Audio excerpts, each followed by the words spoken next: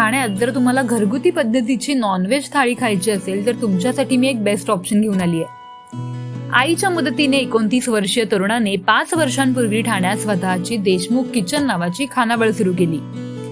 त्याच्या इथे मिळणारी चिकन थाळी ठाणेकरांमध्ये खूप प्रसिद्ध आहे. दिवसाला तो फक्त चिकन थाळी विकून 5,000हून अधिक रुपयांची कमाई करतो. जबाबदारी अंगावर होती आणि म्हणूनच राहुल देशमुखनं इतर कुठेही जॉब करण्यापेक्षा हा स्वतःचाच व्यवसाय सुरू केला. दररोज 100 ते 150 लोकांना डब्बा हा देशमुख किचन मार्फत पुरवला जातो. संपूर्ण ठाण्यातून वेगवेगळ्या भागात देशमुख किचन जेवण पुरवतं. ठाण्याच्या वागळे पोलीस स्टेशनला सुद्धा जेवण हे देशमुख किचन कडून पुरवलं जातं. देशमुख किचनची खासियत फक्त 70 रुपयात हा राहुल देशमुख व्हेज थाळी विकतो, तेही अगदी चविष्ट. माझं नाव राहुल रावसाहेब देशमुख आहे. आपलं देशमुख किचन आहे जे कामगार हॉस्पिटल नियर वागले एस्टेट मध्ये आहे, नियर पोलीस स्टेशन तिथे. आपलं साधारण एक छोटं पोळी भाजी केंद्र आहे जे आपण 5 वर्ष आधी त्याचा स्टार्टअप केला होता. खाली आपण सर्व करतो इथे. ज्या लोकांना कमी किमतामध्ये किंवा ज्यांना हॉटेलचं जेवण परवडत नाही ते आपण या पोळी भाजी केंद्रामध्ये अवेलेबल करून दिलेले. त्याचा रेट एकदम खूप कमी रेट मध्ये असतो वगैरे आणि उत्तम क्वालिटी उत्तम दर्जाचं जेवण आपण लोकांपर्यंत पोहोचवतो. आपल्याकडे साधारण व्हेज थाली असते ही 70 रुपयामध्ये आपण लोकांना सर्व करतो. त्याच्यामध्ये 2 भाज्या 3 चपात्या डाळ राईस पापड ठेचा वगैरे असं ते नॉर्मल मेन्यूज असतात वगैरे, पण ते उत्तम क्वालिटी दर्जाचे असतात. त्याच प्रकारे आपण त्याला जोड म्हणून एक नॉनव्हेजची थाली आपण बनवलेली असते की जी बाहेर तुम्हाला कॉस्टली जाते, पण इथे देशमुख किचन मध्ये 130 पासून ते 160 पर्यंत ग्रेव्ही चिकन सुकं चिकन वगैरे हे आपण ठेवलेलं असतं. आपली स्पेशालिटी म्हणजे देशमुख किचन मध्ये सुकं चिकनला आपली खूप मागणी असते. प्लस आपले फिश वगैरे पण असतात. माझं साधारणतः वय 29 आहे. मी 5 वर्ष आधी देशमुख किचनची सुरुवात केली होती.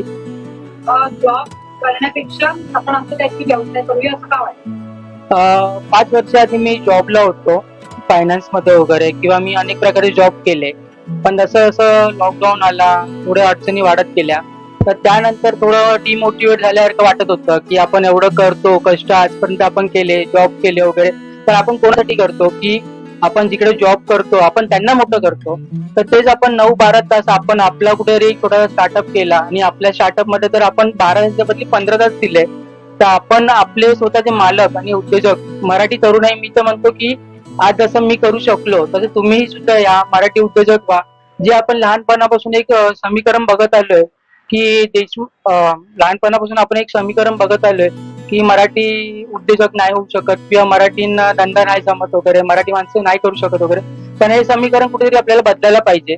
छोटं का असे नाही, एक वडापावची गाडी तरी सुरुवात करा. थोडं जे तुमचं कुठे ना कुठे भांडवल वगैरे असेल, नसेल भांडवल तुम्हाला गुंतवता येत, थोडी तरी सुरुवात करून वगैरे उद्योग क्षेत्रामध्ये पाऊल टाका. मराठी माणूस करू शकतो. माझं नाव विजय काटकर. 2 वर्ष झाली की मी देशमुख किचन मध्ये वाटलं आपल्याला रुचकर काहीतरी खावं असं किंवा काय, तर देशमुख किचन मध्ये आमची हजेरी लागते. चव म्हणजे आता जसं आपण घरी बनवतो ना सेम तशी, म्हणजे असं की हॉटेलमध्ये कुठेतरी गेलोय, स्पायसी आहे, तेल बाबत असतो प्रॉब्लेम, असं काही नाही.